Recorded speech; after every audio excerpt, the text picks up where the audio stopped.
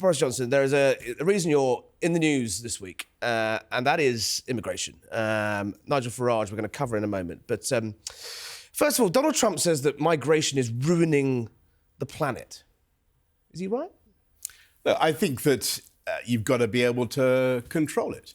And you've got to have, everybody's entitled to have legal control of their borders. Every country is entitled to have that. And that was one of the most important things that people wanted out of leaving the European Union. Mm-hmm. And we've got that now. And, you know, just to anticipate your if I may for a second, you know, your line of questioning or commentary. Look, people forget when they look at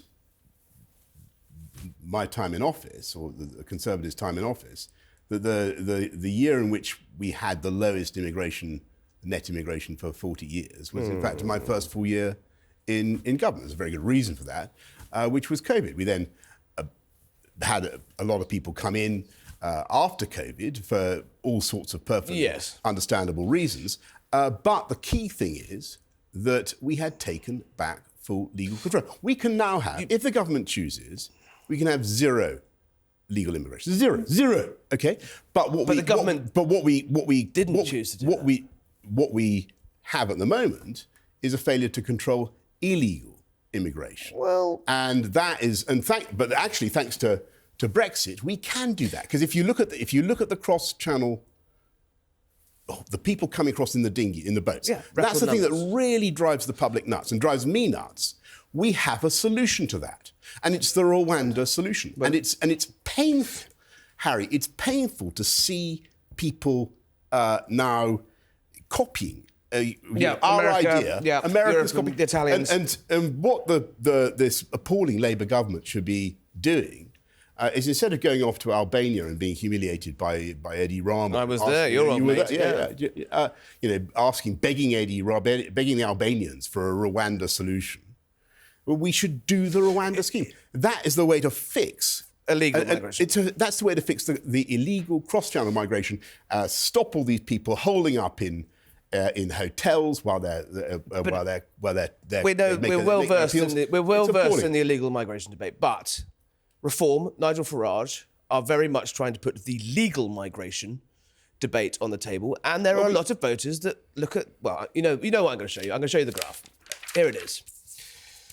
The Boris wave, as they're calling it. What do you say to the Boris wave? I say, look at the fall in legal migration caused by that took place in my first year of government, and it went to the lowest level for 40 years, and that was because of COVID. And we then had, and those figures are wrong, by the way. Your graph is rubbish. They're not. This is non-EU. This is non-EU migration. We then had, and so who are you going to kick out? The Ukrainians? You want to kick out the Ukrainians? No. You want to kick out the Hong Kong Chinese? Well, look, the blue line is. You want to kick out the nurses? Boris, who do you want to kick out? Boris, the blue line is all. The blue line is all the non. The blue line is entirely a function of COVID, and what we did was take back legal control. Take back legal control, and as the reformer said, turn the taps on. So the problems we face now are illegal migration, people coming across the channel illegally, and you need the Rwanda solution. We've covered that. That's the single biggest problem. And the other problem we have. On the legal, actually, we have a problem of emigration. We've tried telling that to people who can't get their kids into a school, who can't get a doctor's appointment, whose children can't get jobs. They're being undercut. We've got people fleeing this country at the moment. Very rich people, because of the taxes that Starmer is putting in, because of the mess that these guys are making of the UK economy. Let's just talk about this. I haven't seen anything like it. I haven't seen anything like it since the 1970s. This is your legacy on the line there, because they are trying to scapegoat you. They are trying to blame you entirely for legal matters. But your old Tory colleagues, they aren't defending you. I'm very, very proud of what we did, because we took back. We can have, if we want zero nurses, if we want nobody to come in for social care, if you want, we can have zero, right? That's our ability now. We have full legal control. What I'm saying, and also thanks to Brexit, we are able to. Do you think that's what people voted for? That graph, when people voted for Brexit, that's the numbers they wanted coming into this country. What they voted for was full legal control, and that's what they got. And by the way, after COVID, we had, and this graph is wrong, but we had huge numbers. It is. We had huge numbers of EU students who are coming back in. We had the Ukrainians, and I think people. The yellow line is without the Ukrainians and the Hong Kongs. It's still pretty high. People who make this point have got to say, who would you kick out? And I gather the policy Reformers saying they would kick out. Reformers saying they would kick out. They would kick out a significant number of people who already have indefinite leave to remain. Well, what do you think of that? Do you know what percentage of this city was born abroad? I imagine pretty high. Guess. At a guess off the top of my head, I'd say 35%. It's more than 40% born abroad, right? And was. And do you not see why people sometimes think that that's not necessarily a good thing? And was when I was mayor, right? And indeed is helps to make it a very, very powerful and dynamic part of the UK economy. Do you understand voters who some of them, a lot of them, don't think that's a good thing? But of course, and that's why, thanks to Brexit, we can now have zero. We can have zero, thanks to what we did. We can have zero legal migration. They're taking to the streets, Boris. They're raising flags. They're spraying roundabouts. They're marching. Yes, do you not understand what the anger is? I do, and I think people are furious about the spectacle of a Labour government. But they're blaming you. No, a Labour government that absolutely refuses to do what it could to tackle illegal migration. And by the way, so they should be doing the Rwanda plan. They should be getting out of the ECHR. That actually doesn't make much difference to the small boats problem. You can send people back to Kigali anyway, or send people to Kigali, and they should be, in my view, they should be making greater use of Brexit powers to stop them. And instead, what you've got is a government that is committed to, as far as I understand it, to going back into some sort of free movement arrangement with the EU, whether it's for young people. Well, let's cover that. That is the problem. So you've got a government that is running. I'll let you have a swing at the government. Running this country so badly. I want to talk about immigration still under the Tories. I'm telling you what we achieved. What we achieved, and COVID was an utterly remarkable and exceptional set of circumstances under which we got immigration down to its lowest level for 40 years, and we then had a big bounce back, but we took full legal control. And I think COVID, people who make this point, and people forget what happened during COVID. They forget, for instance, that we had a huge hospital waiting list. We had to deal with that. We had shortages of lorry drivers, shortages of people to step the shelves, and so on. And so you open up the floodgates and let people in, rather than Brits. After it could have been a moment of national. It could have been a moment of national renewal. It could have been a time to rebuild, time to step up and say, "This, let's rebuild this country." Harry, instead you imported a load of foreigners. No, what it was a moment when, if you recall, we had the people couldn't get fuel.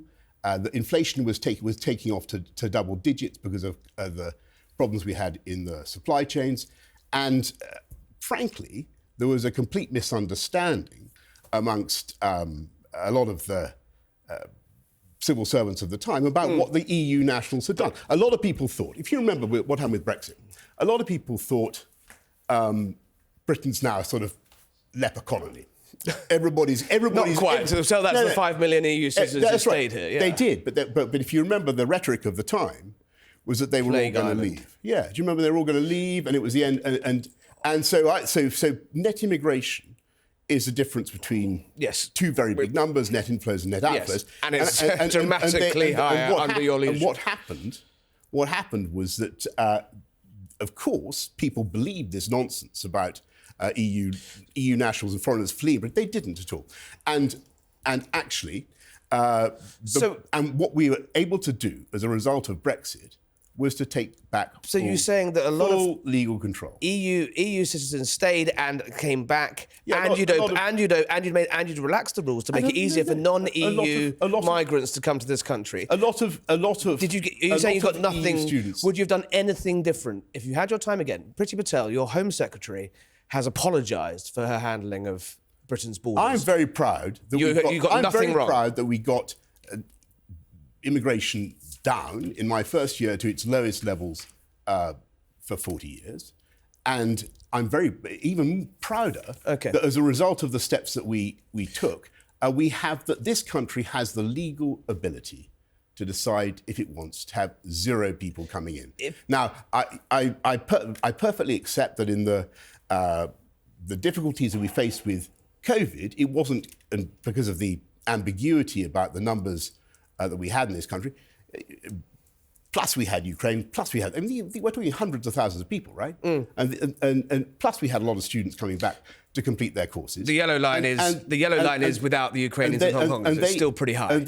But then it includes the EU students coming back. These are hundreds of thousands of people. Okay. And that is basically Boris, what happened. And what I think people need to recognise is that government that I led and Priti was in, that government, against the teeth of opposition from every other party in Parliament, got Brexit done so that we have the legal ability to control immigration. And by the way, let me just say, since you talk about this other party that was why are people that sees fit to slag me off the whole time? Why are people? And seems so obsessed with me.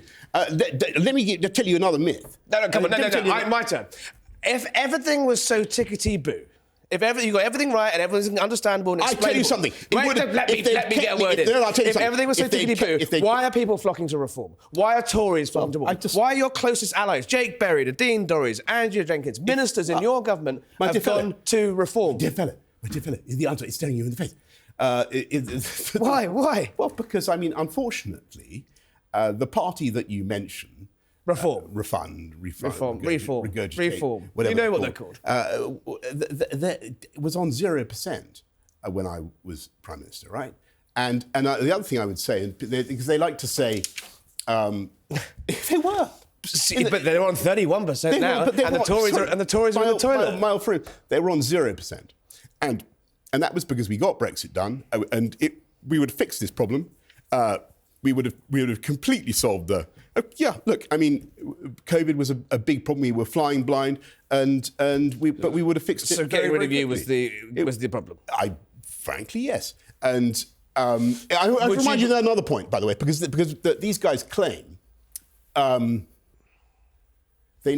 think they claim that the 2019 election was only won thanks to their magnanimity. Well, they stood down a lot of candidates in Tory-facing seats. Have you actually looked at the polls? I've looked enough of the numbers to know that they gave you a pretty hefty majority. No, they didn't. They were. I just looked back in the months leading up to that election, and it never changed. They were on about 2 to 4%. That's margin of error stuff. If those votes are evenly distributed between parties, which they would have been. Bygones be bygones. They're not on. So what I'm saying to you is, I don't care. My big answer, I don't give. I'm very proud of what we did. We got Brexit done.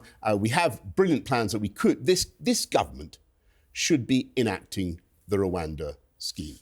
That is what they should be doing. You say you've got that, but we should be campaigning on it. And you say you don't care, but Reform are in the 30s, the Tories are in the teens. You know, the government's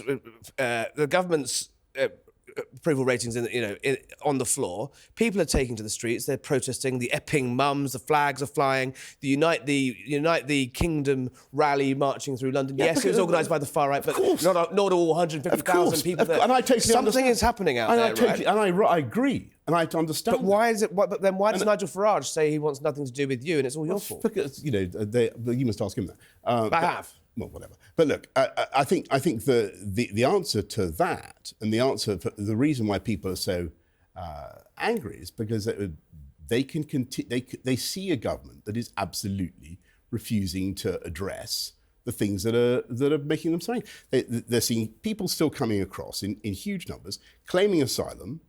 going into asylum hostels, going into hotels. Yeah, we know. We're well versed in the problem. But you're asking me why people are angry, right? And I'm giving you the reason.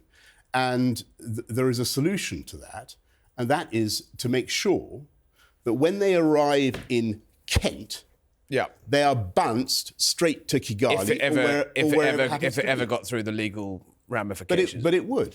It would, and I think it was. I think, frankly, it was. I think we should have hung on and delivered that. And I think the government today should swallow its pride and get Rwanda done. Do you think get Rwanda done? That's my Tory policy. party, though, I mean, it's in a pretty dire strait. Danny Kruger, your own political secretary, a perfect example. Danny Kruger, well-respected, thoughtful, MP, has now defected to Reform and saying the Tory party is dead. Is it dead? The answers to the country's problems. Is the Tory party dead? Of course not. Is it on life support? The answer to this country's problems... Is it unwell? The answer to this country's problems are going to be conservative answers. Okay, Harry? Because the problems that this country faces are an economy. We've got unemployment rising again. We've got long-term interest rates. We've got yields on British government debt at a 30-year high. We've got people fleeing this country, investors fleeing this country. We're going to need a pro-growth, pro-enterprise Conservative government. I also happen to think that in a situation, to go back to where we started our conversation, in a world which is uncertain because of Putin's aggression, and with threats to Eastern Europe, threats to NATO countries, we're going to need a Conservative government that is strong on defence and doesn't believe, to take a position at random, that the problem in Ukraine was that NATO provoked Putin. You're talking about Nigel Farage. Which I think is not right. You're talking about Nigel Farage. I believe there's a leader of another party that takes that view.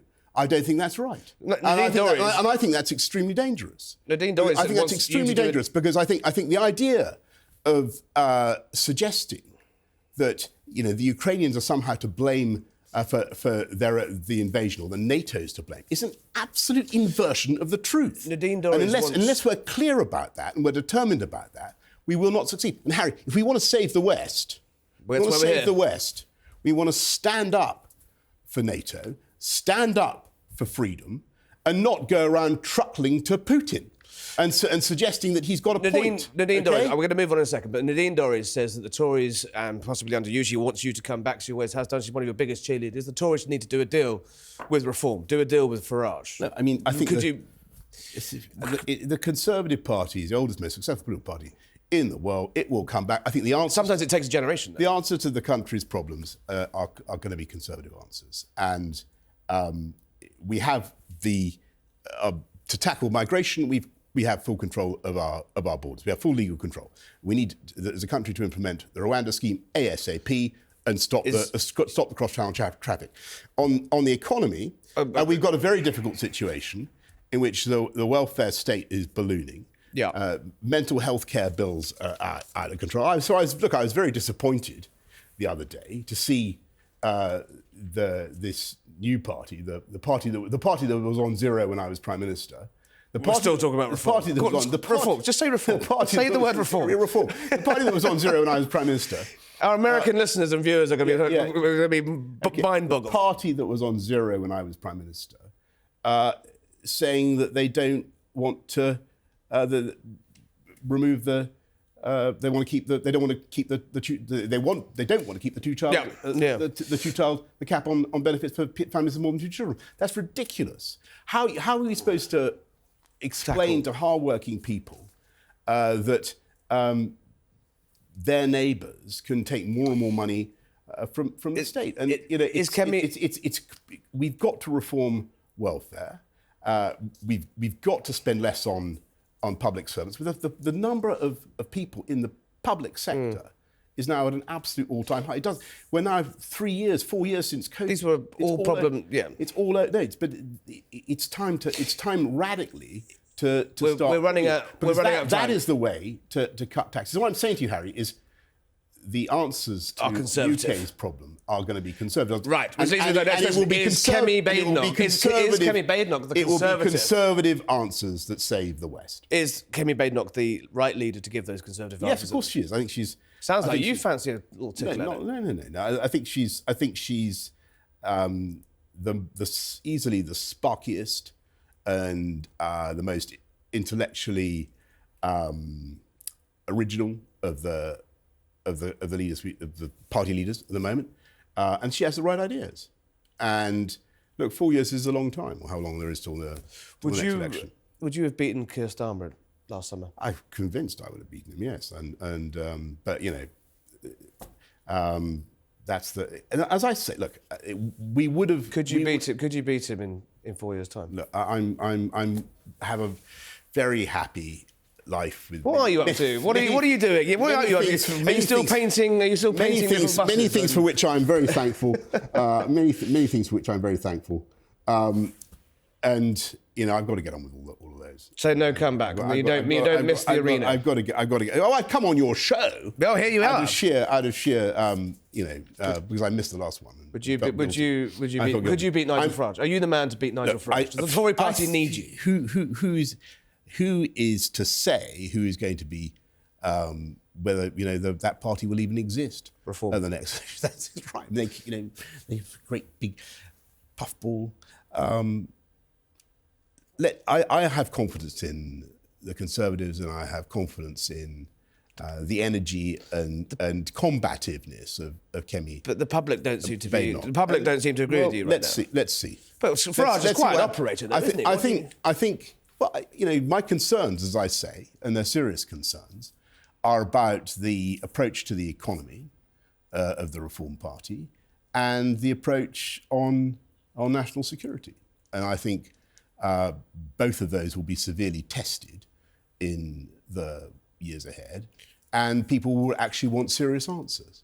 And I think that the answers are going to be Conservative answers.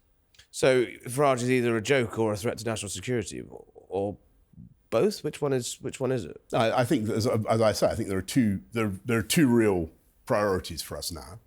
The number one is the economy, and making sure that we shrink the size of the state and public spending. It's not the question I asked, but is Nigel Farage a threat? And the second, you're saying it's a threat to national security. And the second is defence and national security and the threat of Russia. And on both of those, I have very serious anxieties. And Nigel Farage is a threat to national security. I have serious anxieties. I'm putting it in Diplo speak, right? I have serious anxieties. You're a former journalist. I want it as an intro, not diplomatic waffle. I think look at what's happening in Moldova, right? Mm-hmm. Look at what's happening in Estonia, in Poland, even in Denmark today, right? And ask yourself, do you want the UK either to be led by Labour, who have a huge number of their grassroots who are still basically pro-Moscow, Corbynista, right? Or do you want this reform gang who are on record as saying that NATO provoked Putin's aggression? I don't think that's I think what the world wants to save the West. What the world needs is UK leadership on this, and they need the UK to be strong and determined, and not to sound equivocal, morally equivocal about transparent evil like invading Ukraine. And one final time, that leadership will or won't be coming from Boris Johnson again. No, look, as I say, I'm very go on. I'll have one more go. I'm very happily. I've got a book I've got to finish. I've got all sorts of stuff. We better let you go back to. I'm very grateful to you for having me on your show. Not at all. Thank you, Boris Johnson. Thank you very much for joining us on Save the West. Thank you so much. Don't go anywhere. We're going to pick all that apart with our expert panel next.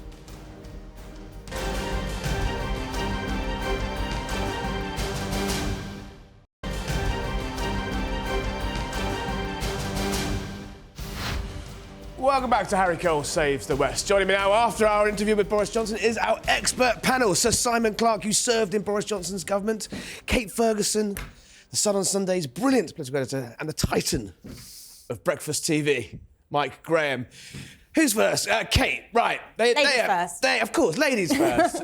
They are trying to bury Boris Johnson like some sort of vampire from beyond the grave. They don't want him to come back. Nigel Farage is really putting the boot in, jumping on the Boris wave.